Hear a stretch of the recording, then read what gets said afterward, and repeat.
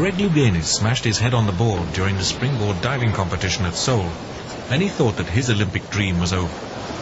Although he couldn't find the resolve to reveal that he was HIV positive at the time, he plucked up the courage needed to return to the board and, amazingly, won the springboard gold.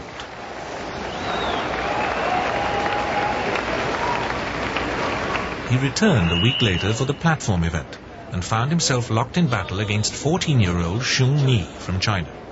His coach, Ron O'Brien, and his mentor, double gold medalist Sammy Lee, were in support. Come to the last dive now. Here we are in the final of the diving, and the little Chinese boy, 14-year-old kid, and he's leading Greg, the legend of diving. And being the great sportsman that I am, when the kid got up to do his 10th dive, I turned to Ron O'Brien and I said, I hope he lands flat on his butt.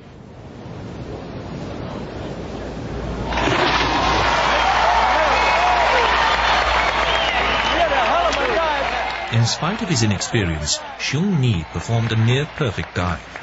Louganis, however, still had a chance. His final dive had a much higher degree of difficulty. In fact, it was known as the dive of death.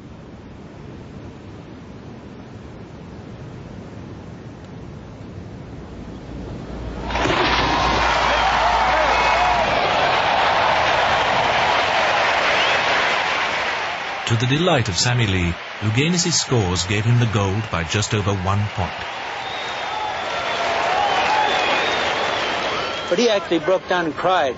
Well, he got us all crying. Ron O'Brien was crying, who, as I said, is the greatest coach that I've ever seen. And I got in a few hugs. It was one of the finest moments of my life, and I know it was the finest moment for Greg Louganis and Ron O'Brien.